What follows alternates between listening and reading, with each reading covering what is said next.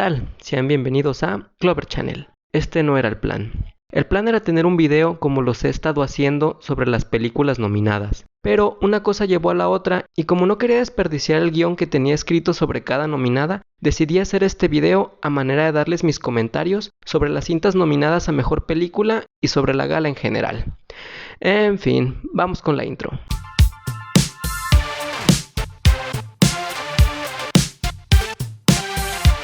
La edición número 93 de los Oscar se llevó a cabo el pasado 25 de abril, no puede ser, fue hace más de un mes, en Los Ángeles, California. Aunque la situación actual del mundo llevó a esta a hacer una edición diferente, con una asistencia limitada en el Dolby Theater y transmisiones de algunos nominados o presentadores desde diferentes lugares del mundo.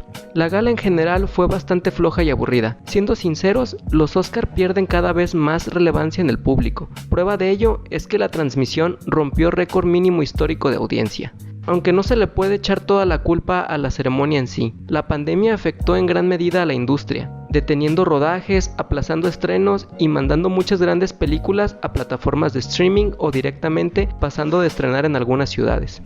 Pero aún con todo esto, hubo algunos momentos bastante memorables, como el discurso de Jung Yoo-hoon al recibir su Oscar a Mejor Actriz de Reparto por Minari, diciéndole a Brad Pitt, productor de la película, estar encantada de por fin conocerlo y preguntándole dónde estuvo durante todo el rodaje, o los comentarios de Harrison Ford sobre Blade Runner, o hasta el discurso de agradecimiento de Anthony Hopkins por el merecidísimo galardón a Mejor Actor. Horas después vía Twitter, ya que como sabemos, el actor se convirtió en el más viejo en recibir la estatuilla, y no solo eso, sino también el primero en recibirlo mientras dormía en su casa en Gales en una zona horaria bastante diferente. La ceremonia no estuvo exenta de polémica. Por ejemplo, el injusto dominio de Disney en la categoría de mejor animación es más que evidente habiendo este año una joya como lo es Wolf Walkers. Y, como podrán ver por el título del video, harto clickbait, no estoy de acuerdo con la decisión acerca de la mejor película. Pero antes de llegar a eso, quiero repasar cada una de las nominadas a esta categoría. Primera nominada, Sound of Metal. Esta producción original de Amazon Prime nos cuenta la historia de Ruben, el baterista de un dueto de metal que lleva con su novia, la cantante Lou. Ellos están realizando una gira por Estados Unidos viajando en su casa rodante, cuando de repente Ruben pierde el sentido de la audición. Desde este punto, nuestro protagonista se internará en una comunidad que le ayudará a aprender cómo vivir en su nueva condición. He leído varias críticas que hablan sobre cómo la historia no aprovecha para nada su punto de partida, que es el que un músico se quede sordo, hasta el punto en el que pudiera haber sido, no sé, trabajador de una fábrica y tendríamos la misma historia. Y hey, puedo entender la opinión, pero al menos desde mi punto de vista, ese no era el fin de la cinta.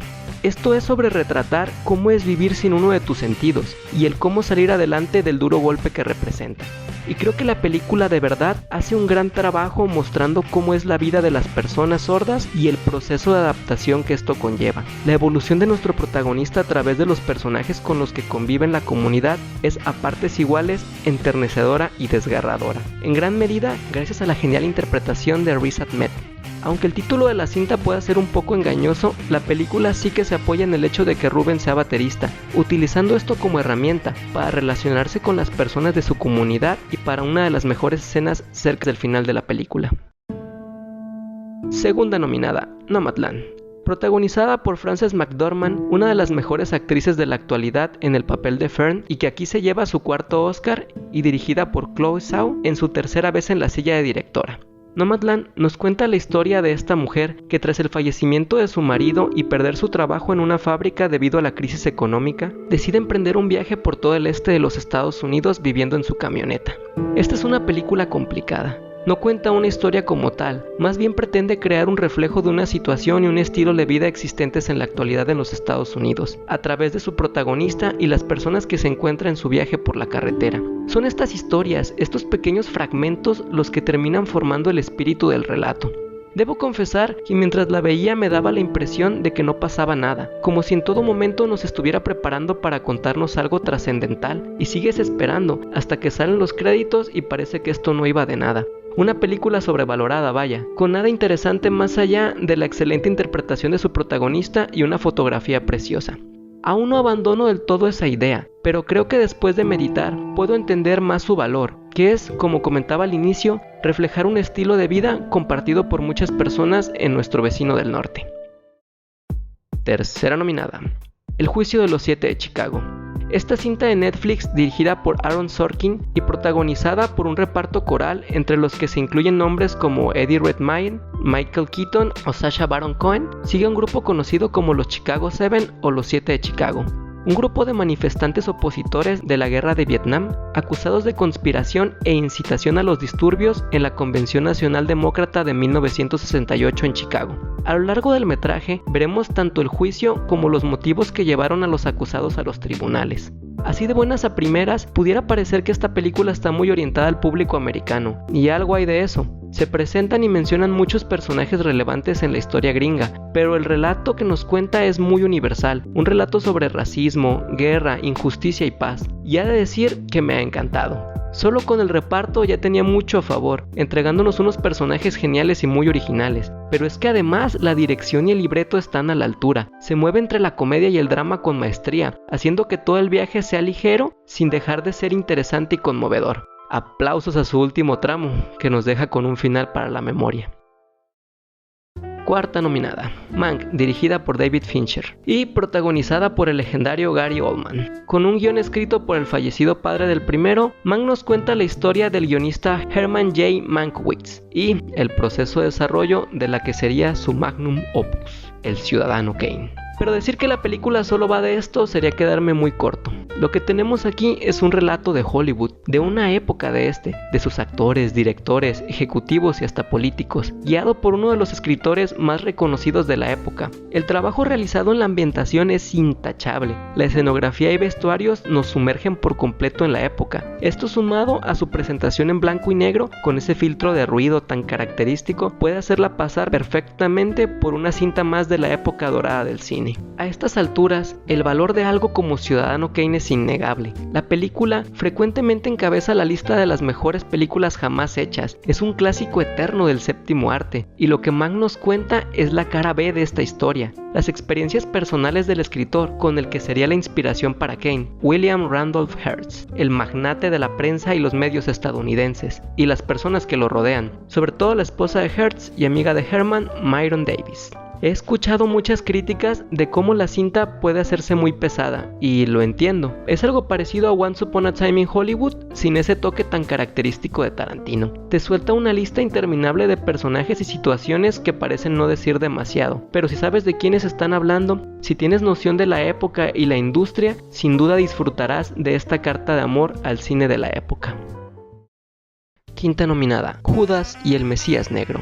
En este drama biográfico conocemos la historia de la traición de Fred Hampton, el líder de las Panteras Negras en Illinois, a manos de William O'Neill, un agente del FBI infiltrado en el partido a finales de los años 60. Lo primero que me llamó la atención de esta película es que, a pesar del horrible momento en la historia que nos está contando, no se siente pesada, tiene un ritmo genial, y se consigue sobre todo por sus dos protagonistas, alternando entre ellos para hacer avanzar el relato mientras se desarrollan sus personajes. Por un lado, con un enorme Daniel Kaluuya que nos regala un Fred Hampton de Oscar, nos convence por completo de su lucha como líder de las Panteras, y por otro lado, un también conseguido Lakeith Stanfield que en su papel de O'Neill logra reflejar el peso de la conciencia que tiene al ir entendiendo las causas de la lucha de las Panteras. Ellos son el foco de toda la historia y no pudieron hacer un mejor trabajo. Esta cinta comparte época con El Juicio de los 7 de Chicago, pero tiene un filtro completamente diferente, y creo que en esta está mucho más conseguida la ambientación, aunque siendo justos, tiene más espacio para lucirse.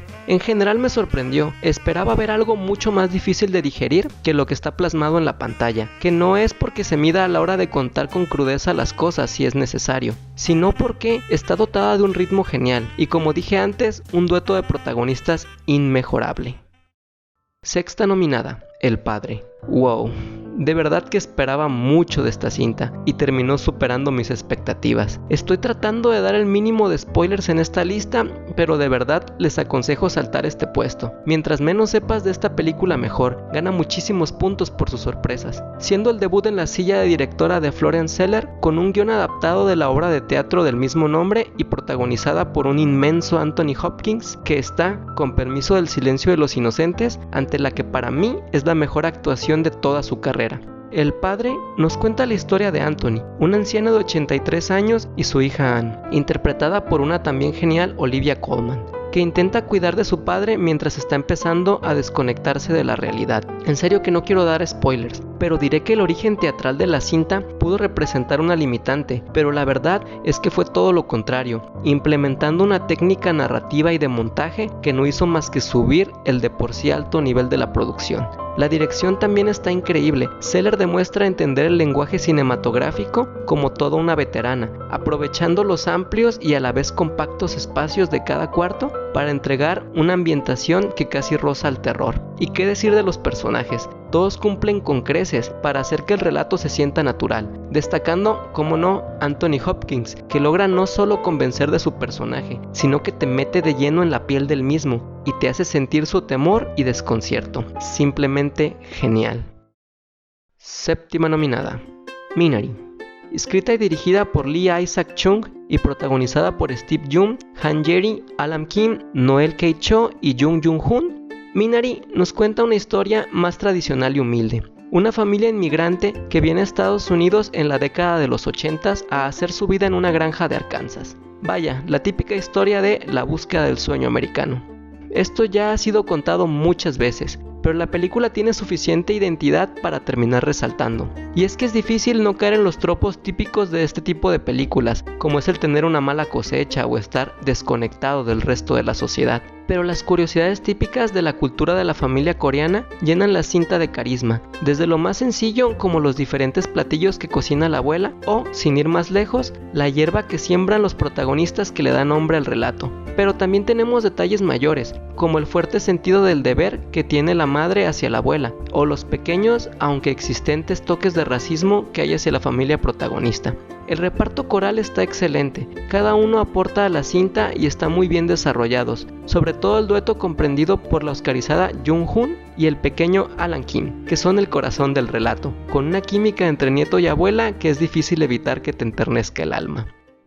Como todos sabemos, la gran ganadora fue Nomadland. Chloe Zhao subió a recoger las estatuillas tanto de director como de mejor película, pero creo que este premio no estaba merecido por dos grandes razones. La primera es que Nomadland, con todo lo hermosa que es y la genial interpretación de Frances, me parece una película pretenciosa, que además falla en adaptar el material en el que se inspira. El libro original, País Nómada, es una denuncia a las condiciones laborales y de vida que sufren aquellos que han sido arrasados por el capitalismo. Personas cuya mísera pensión no les permite darse una vida digna y tienen que buscar trabajo después de la jubilación. El libro está lleno de relatos, entrevistas llevadas a cabo por la escritora de Jessica Browder, mientras viajó y convivió con estos nómadas modernos, personas como David Roderick, que cuenta cómo en Amazon les encantan los trabajadores jubilados, porque son fiables, no faltan al trabajo, se esfuerzan y son básicamente mano de obra esclava. O Steve Boher, que se resbaló mientras ayudaba a los pasajeros a bajar de una atracción en el parque Adventureland, se fracturó el cráneo y murió. Nada de esta cruel realidad que viven muchas personas en la América actual se ve retratado en la película. Si bien la directora, como es su marca, se da el tiempo de poner viajeros de la vida real, los comentarios de estos se ven orientados más al drama personal que a lo político, como Linda May, que cuenta cómo trató de quitarse la vida, pero en el último momento volteó a ver a sus perros y cambió de idea, o Bob Wells, que habla del suicidio de su hijo y cómo espera algún día encontrarse de nuevo con él en el camino.